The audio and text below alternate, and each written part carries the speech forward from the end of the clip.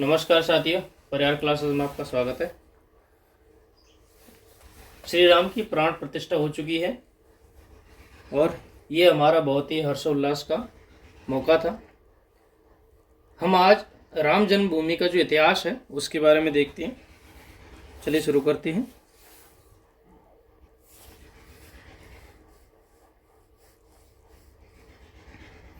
सवाल है कि आखिर कब बसी थी अयोध्या और अथर्ववेद में अयोध्या का पहला जिक्र मिला है, मगर असल में उम्र कितनी है ये कोई बता नहीं पाया है।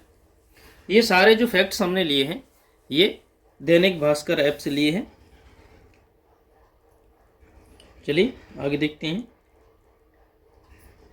वेदों में भी सरयू का आह्वान किया गया है। ये श्लोक है जो कि मिला है वेदों में। सॉरी।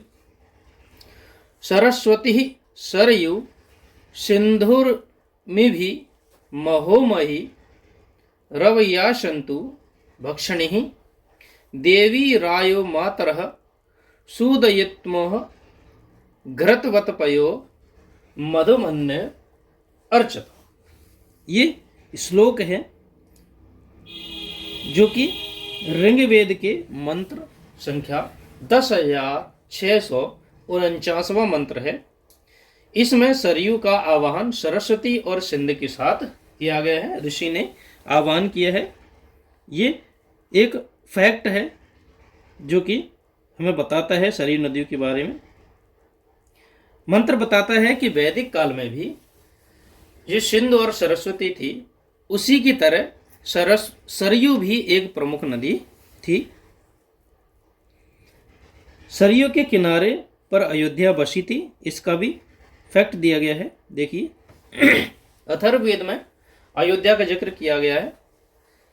मंत्र है अष्टचक्र नवद्वारा देवानां परयोध्या पूर्योध्या तस्यां हिरण्ययः कोशः स्वर्गो ज्योतिषावृतः। अर्थात यह जो अथर्ववेद के 10वें मंडल का दूसरे सूक्त का मंत्र है और इसका अर्थ यह हुआ कि 8 चक्राकार महल और 9 द्वारों वाली अयोध्या देवों की पुरी है। उसमें प्रकाश वाला कोश है जो कि आनंद और प्रकाश से भरा हुआ है।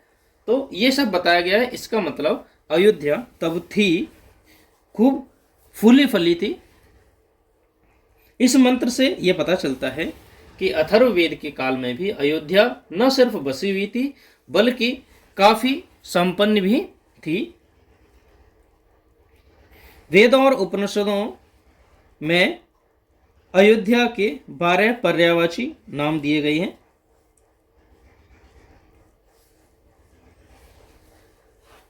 वेदों के बाद अयोध्या शब्द का जिक्र सदाशिव संहिता, वशिष्ठ संहिता, शुक संहिता में भी है, जहां इसे साकेत लोक और रामलोक भी कहा जाता था। सारे वेदों, उपनिषदों और संहिता और को खगालें तो अयोध्या के लगभग 12 नाम मिलते हैं। देखिए यहाँ पे नाम दिए गए हैं।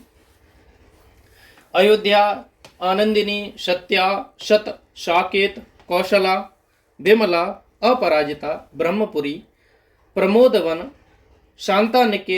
शांतानिकलोका और दिव्यलोका। ये 12 नाम हैं जो कि हमें संहिता, उपनिषद आदि से मिले हैं।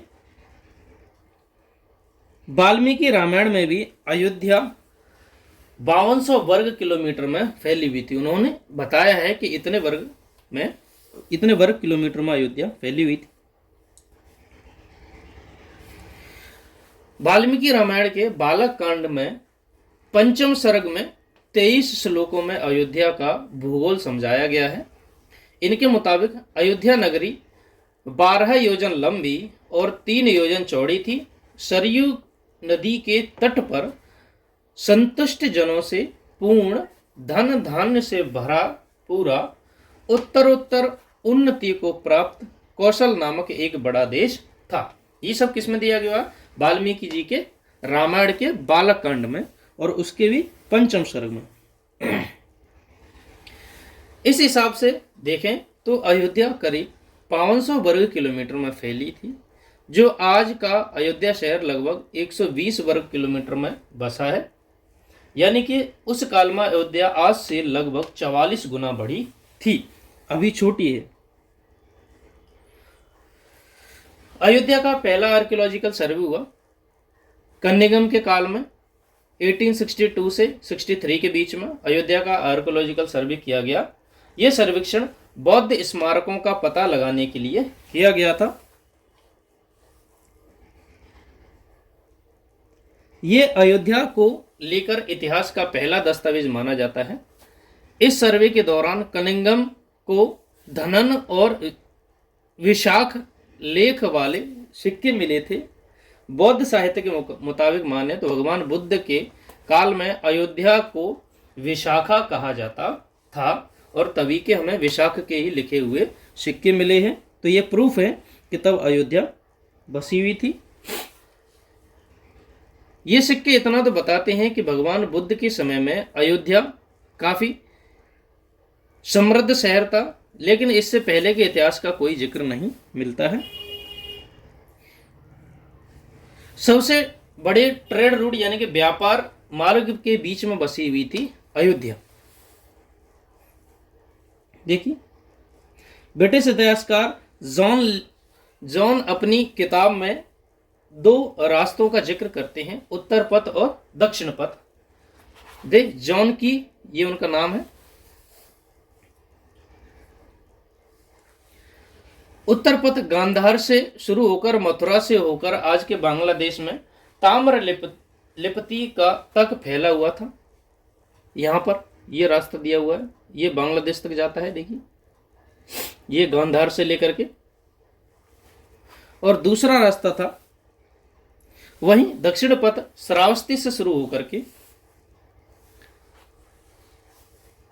ये देखिए, ये यहां श्रावस्ती से शुरू होकर के चित्रकूट से होते हुए प्रतिष्ठान तक जाता था। ये दोनों रूट माइग्रेशन और ट्रेड के सबसे बड़े रास्ते थे, और ये दोनों रास्ते एक दूसरे को जहाँ काटते थे वहीं पर अयोध्या बसी हुई थी। देखो, ये दोनों एक दूसरे को जहाँ काट रहे हैं, ये रूट निकल रहा है और ये रूट निकल रहा है, और यहीं पर बसी हुई है अयोध्या, बीचों बीच उत्तर प्रदेश में।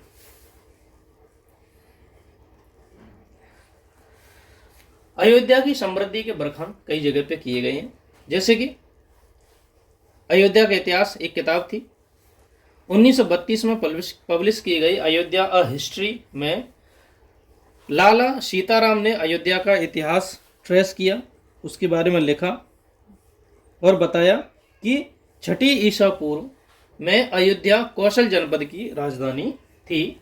बुद्ध एवं महावीर के काल में यह एक समृद्ध नगरी थी।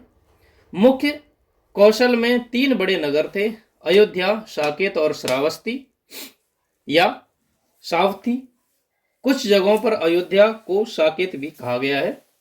पाली भाषा के प्रोफेसर रीज डेविड्स मानते हैं कि बौद्ध काल में अयोध्या और साकेत 2 अलग अलग शहर थे। हो सकता है कि ये दोनों ट्विन सिटीज या ट्विन सिटीज हों, जैसे आज अहमदाबाद और गांधीनगर है। स्कंद पुराण में भी राम के अवतार की कहानी मिली है। स्कंद पुराण में राम के अवतार की कहानी है। शिव से अजय होने का वरदान प्राप्त करने के बाद रावण ने देवताओं को सताना शुरू कर दिया था। ये उनकी फोटो है। सभी देवता नंदी के पास मदद के लिए पहुंचते हैं। नंदी पहले ही रावण को श्राप दे चुके थे कि जब कोई तपस्वी और उसका वानर सेनापति लंका आएगा तो रावण का वध होना तय है। ये नंदी ने पहले ही श्राप दे दिया था।